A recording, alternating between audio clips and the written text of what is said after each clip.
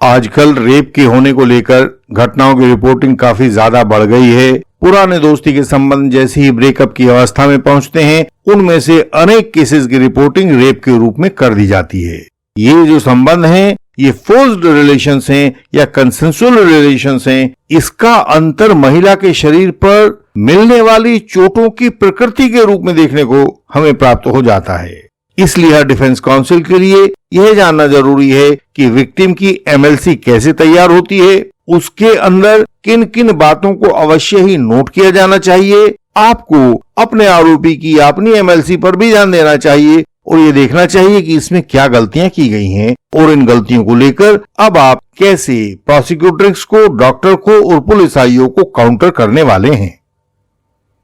Rape cases में MLC के ऊपर सबसे पहले कंसेंट पर ध्यान दिया जाना चाहिए, सहमति पर। बड़ी उम्र की पीड़िता की खुद की सहमति हो, लेकिन यदि विक्टिम अनसाउंड माइंड की है, 12 साल से कम उम्र की है, तो सेक्शन 90 आईपीसी या नए सेक्शन 28 बीएनएस में उसके अभिभावक की सहमति ली जानी जरूरी है। सेक्शन 53 भाग 2 सीआरपीसी या सेक्शन 51 भाग 2 बीएनएसएस में यदि महिला डॉक्टर वहां उपलब्ध नहीं है, तो महिला नर्स या महिला संबंधी की उपस्थिति में मेडिकल जांच की जा सकती है और यह जांच रजिस्टर्ड महिला प्रैक्टिशनर की देखरेख में की जानी होगी। इस तरह से जो एमएलसी बनाई जाएगी, उसमें क्या बातें होनी अनिवार्य है, यह हमें देखना होगा। पहली बात है कि इसमें सभी जो विक्टिम की जरूरी जानकारियां हैं वो इसमें हो, नाम हो, पता हो, दूसरी जरूरी जानकारियां जैसे केस का नंबर हो, थाना हो, सेक्शन हो, कौन लेकर आया था उसकी जानकारी हो, विक्टिम की दशा हो, ओरिएंटेड है कि नहीं है, बीपी हो, पल्स हो, एज हो, ये सारी जानकारियां एमएलसी में लिखी होनी चाहिए। दूसरे भाग में विक्टिम या उसके संबंधी के द्वारा दिया गया विवरण, घटना में क्या हुआ, कैसे हुआ, कपड़ों और शरीरों पर मिलने वाले संघर्ष के निशान, शरीर पर की गई हिंसा से आई हुई चोटें, जननांगों की चोटें, शरीर पर कहीं भी मिलने वाले स्पर्म या शरीर पर गुप्त बीमारियों के लक्षण या चिन्ह, इन सब का वर्णन एमएलसी में लिखा हुआ मिलना चाहिए। विक्टिम के द्वारा या उसके संबंधी के द्वारा घटना का दिया गया विवरण शब्द से लिखा जाए। यह पूछा जाए कि घटना के दौरान किस प्रकार का संपर्क हुआ था, यह संपर्क वेजाइनल था, एनल था या ओरल था। यौन हमले में हमलावर की पोजीशन कैसी थी, वह ऊपर था, नीचे था, की गई हिंसा किस प्रकार से की गई थी और यह सब कितनी बार किया गया था, ये पूरी की पूरी जानकारी एमएलसी में लिखी होनी चाहिए। पीड़ा, रक्तस्राव, प्रवेश के दौरान या डिस्चार्ज के दौरान जो भी अनुभव पीड़िता को हुआ हो वह लिखना होगा। क्या पीड़िता सहायता के लिए चिल्लाई थी या नहीं चिल्लाई थी, या वह बेहोश हो गई थी, यह भी एमएलसी में लिखा जाना जरूरी होगा। इंडियन लीगल सिस्टम अपने यंग एडवोकेट कोलीग्स की सहायता करता है। यदि किसी कारण से वे क्रॉस तैयार नहीं कर पा रहे हैं तो उनकी सहायता की जाती है, उनका क्रॉस तैयार करवाया जाता है।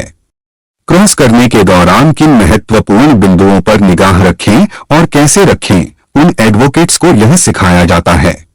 किस स्टेज पर क्या करें ताकि वे अपने काम में सफल हों, यह बताया जाता है। हर राज्य में अनेकों एडवोकेट मित्र इस तरीके से बहुत सफलता पा रहे हैं। केस को जीतने की नींव कोर्ट में चार्जशीट आने के दिन से ही रख दी जाती है। जिनमें सफल होने का जुनून है वे एडवोकेट मित्र हमारे अनुभव से एडवोकेसी के दांव पेंच सीखकर स्वयं सफल हो सकते हैं। महत्वपूर्ण बातों के लिए अपनी सरल भाषा में हमारी वेबसाइट को पढ़ें। संपर्क का तरीका सामने स्क्रीन पर दिया गया है। सामने दिए गए नंबर पर हमें व्हाट्सएप मैसेज भेजें, मेंबर बनें और सफल एडवोकेट हो जाएं। कपड़ों व शरीर पर संघर्ष के निशान होंगे, खून, सीमेंट, मिट्टी, कीचड़ या तेल की उपस्थिति होगी तो ये सारी बातें नोट की जाएंगी। यदि खून मिले तो माइक्रोस्कोपिक अध्ययन करना होगा जिससे यह पता चल सके कि वह खून शरीर के किस हिस्से से निकला है, क्योंकि यदि वह वेजाइना से, यूट्रस से, सर्विक्स आदि स्थानों से निकला होगा तो उसमें एपिथेलियल लेयर के कुछ टुकड़े मिल जाएंगे।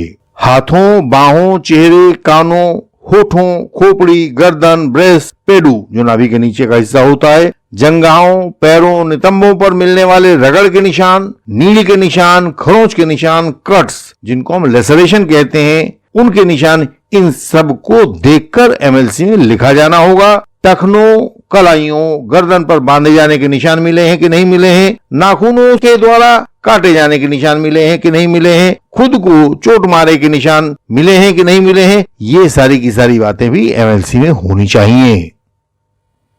यौन हिंसा की शिकार महिला के शरीर के सारे भागों का परीक्षण किया जाएगा। आप सामने एक डायग्राम देख रहे होंगे। ऐसे ही डायग्राम आजकल जो भी आपकी केस फाइल होती है उसमें एमएलसी उपलब्ध होती है, उसके पिछले पृष्ठों पर भी आपने ये देखे होंगे। इसमें एक एक पॉइंट्स दिखाया गया है कि इन सब जगहों पर आई हुई चोटें आपको बतानी होंगी, क्योंकि सेक्सुअल वायलेंस में इसी प्रकार की चोटें इन्हीं स्थानों पर आने की संभावना अधिक होती है।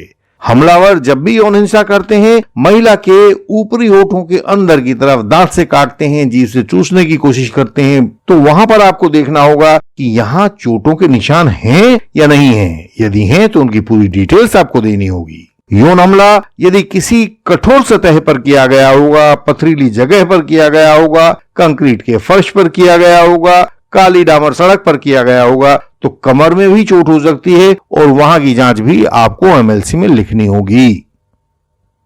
इस बाहरी जांच के कंप्लीट हो जाने के बाद महिला के भीतरी अंगों की जांच की जाएगी और यह सहमति में शामिल होगा कि मैं भीतरी अंगों की जांच करवाना चाहती हूं कि नहीं करवाना चाहती हूं। भीतरी अंगों में सबसे बाहरी अंग तो होता है वुल्वा का, उसके बाद वेजाइना और सर्विक्स। सर्विक्स जो है गर्भाशय के बिल्कुल मुख पर स्थित होने वाले हिस्से को कहते हैं, वहां की जांच होगी। यौन हिंसा के दौरान वुल्वा में घटना के कुछ घंटों के बाद तक भी आपको स्पर्म्स मिल जाते हैं। वुल्वा की अपेक्षा वजाइना थोड़ा सा भीतर का अंग होता है, तो वहां पर आपको 30 से लेकर 36 घंटों तक स्पर्म्स मिल जाएंगे। यदि स्पर्म्स वजाइना से भी भीतर सर्विक्स में आपको मिलेंगे तो वहां उनके मिलने की संभावना अधिक हो जाएगी और वे स्पर्म्स 4-5 दिन तक आपको मिलेंगे। ऐसा भी हो सकता है कि कपड़ों पर, इनरवेयर्स पर आरोपी के सीमेन या छींट के दाग पड़ गए हों। जब इन कपड़ों पर सीमेन के छींटे और दाग को जांच किया जाएगा, अल्ट्रावायलेट लाइट में उनको रखा जाएगा, तो वे आपको चमकते हुए दिखाई देंगे। इनकी इस चमक से इन सीमेन के दाग धब्बों को पहचाना जा सकेगा। डॉक्टर्स के लिए जरूरी होगा कि वे वुल्वा, वेजाइना, सर्विक्स, यूरेथ्रा इन सब जगहों के स्वैब्स को इकट्ठा करें। पीड़िता के प्यूबिक हेयर्स की क्लिपिंग लें, नेल्स की क्लिपिंग लें और उसको फोरेंसिक जांच के लिए भेजें। इन सब क्लिपिंग्स के ऊपर 4 तरह के टेस्ट किए जाने जरूरी होते हैं। पहले होते हैं सेरोलॉजिकल टेस्ट। सेरोलॉजिकल टेस्ट में यह पता लगाया जाता है कि ये किस प्रकार के दाग धब्बे हैं, ब्लड के हैं, यूरिन के हैं, सीमेन के हैं या किसी अन्य डिस्चार्ज के हैं। दूसरा होता है कि उनमें किसी ड्रग से इंटॉक्सिकेंट की प्रेजेंस है कि नहीं है।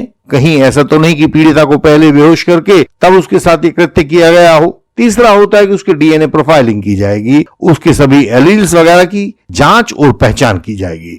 चौथा है कि इस जांच में यह भी देखा जाएगा कि कहीं महिला को एसटीडी या सेक्सुअली ट्रांसमिटेड डिजीज तो नहीं दे दी गई है। इन सब की जांच भी की जाएगी, इसलिए इन क्लिपिंग्स को लेना जरूरी होगा।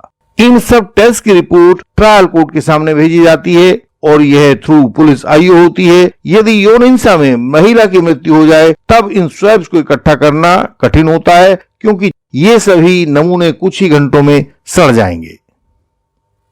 आपने केसेस की एमएलसी को पढ़ते हुए उसमें 3 तरह की इंजरीज का आमतौर से जिक्र देखा होगा। ये होती है लेसरेशन, एबरेशन और तीसरी प्रकार की होती है कंट्यूजन। कंट्यूजन को हम हेमेटोमा या ब्रूज भी कहते हैं। आपको बड़ी अच्छी तरह से याद होगा कि शरीर का जो सबसे बाहरी भाग त्वचा होती है उसको डर्मिस कहते हैं। उसको थोड़ा सा छीला जाए तो जो अंदर से सफेद रंग की अंतः त्वचा मिलती है उसको एपिडर्मिस कहते हैं। जहां पर डर्मिस और एपिडर्मिस दोनों में चीरा लग जाए, कट लग जाए, तो वह घाव लेसरेशन कहलाएगा। रगड़ने या घिसटने से बाहरी त्वचा डर्मिस की पपड़ी उतर जाए और भीतरी अंतः त्वचा दिखाई देने लगे एपिडर्मिस, तो वह एब्रेजन कहलाएगा। हम शायद इसको हिंदी में खरोंच या घिसट कह सकते हैं।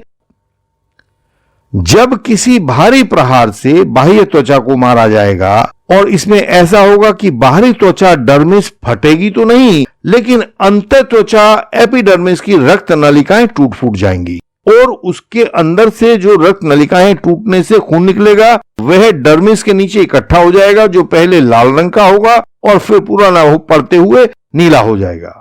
तो वह जो नीला होगा उसे हम नील कहेंगे, कंट्यूजन कहेंगे, हेमेटोमा कहेंगे, ब्रूज कहेंगे, ये सब नाम इसके होते हैं।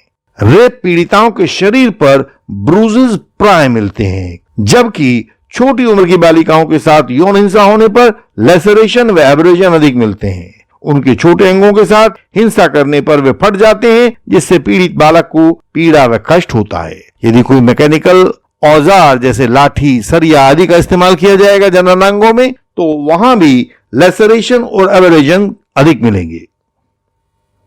सेक्शन 51(3) BNSS में एक नया प्रावधान बनाया गया है कि उपरोक्त सारे टेस्ट करने वाला रजिस्टर्ड मेडिकल प्रैक्टिशनर बिना विलंब किए यह जांच रिपोर्ट आईओ को सौंप देगा। और इसके बाद इसी सेक्शन 51 BNSS के एक्सप्लेनेशन ए में लिखा हुआ है कि इस एग्जामिनेशन में, जांच में ब्लड स्टेन, सीमेन, स्वैब्स, सेक्सुअल ऑफेंसेस हो तो स्पटम, थूक या स्वेट जिसको पसीना कहते हैं, hair samples, finger nail clippings के द्वारा डीएनए प्रोफाइलिंग सहित आधुनिक तकनीकों से जांच की जाएगी। क्या करना है, ये सारा का सारा सेक्शन 51 BNSS में लिख दिया गया है। इसका अर्थ यह हुआ कि जो जांच कानून में लिखी है उसको पुलिस आईओ ना करवाए, जैसे रेप केस में डीएनए प्रोफाइलिंग ना करवाई गई हो तो पुलिस आईओ की भूमिका पर सवाल उठाएं। इस गलती को आरोपी के पक्ष में पढ़ा जाना चाहिए। आपको सेक्शन 114 इंडियन एविडेंस एक्ट का एक्सप्लेनेशन जी तो याद होगा। कानून की प्रिजम्पशन है और वह कानून की प्रिजम्पशन कहती है कि यदि किसी के पास कोई एविडेंस है और उसने वह एविडेंस कोर्ट से छिपा लिया है तो माना जाएगा कि वह एविडेंस छिपाने वाले के विरुद्ध था और जो सामने आने पर उसके खिलाफ काम करता। अब यह प्रिजम्पशन का सेक्शन 119 BA बना दिया गया है, उसके भी एक्सप्लेनेशन जी में ही लिखा हुआ है। जो प्रोसीजर हमने ऊपर बताई है वह एक एक पग पर वैसी ही पूरी की जानी है जैसी कि कानून में लिखी हुई है और हमने आपको बताई है। यदि कहीं कुछ भी कमी प्रोसिक्यूशन ने की है तो उसको वहीं पर पकड़ लीजिए और पकड़कर उस पर सवाल बनाइए। अपने क्रॉस एग्जामिनेशन में लिखकर पुलिस आईओ से, प्रोसिक्यूटर से, संबंधित डॉक्टर से, तीनों से पूछिए। यह आर्टिकल 21 कॉन्स्टिट्यूशन ऑफ इंडिया का उल्लंघन है, क्योंकि आर्टिकल 21 में लिखा हुआ है no one shall be deprived of his life and liberty without the procedure established by law. कानून के द्वारा जब तक प्रक्रिया आप स्थापित नहीं करेंगे उसके बिना किसी को भी उसकी जान माल से आप महरूम नहीं कर सकते।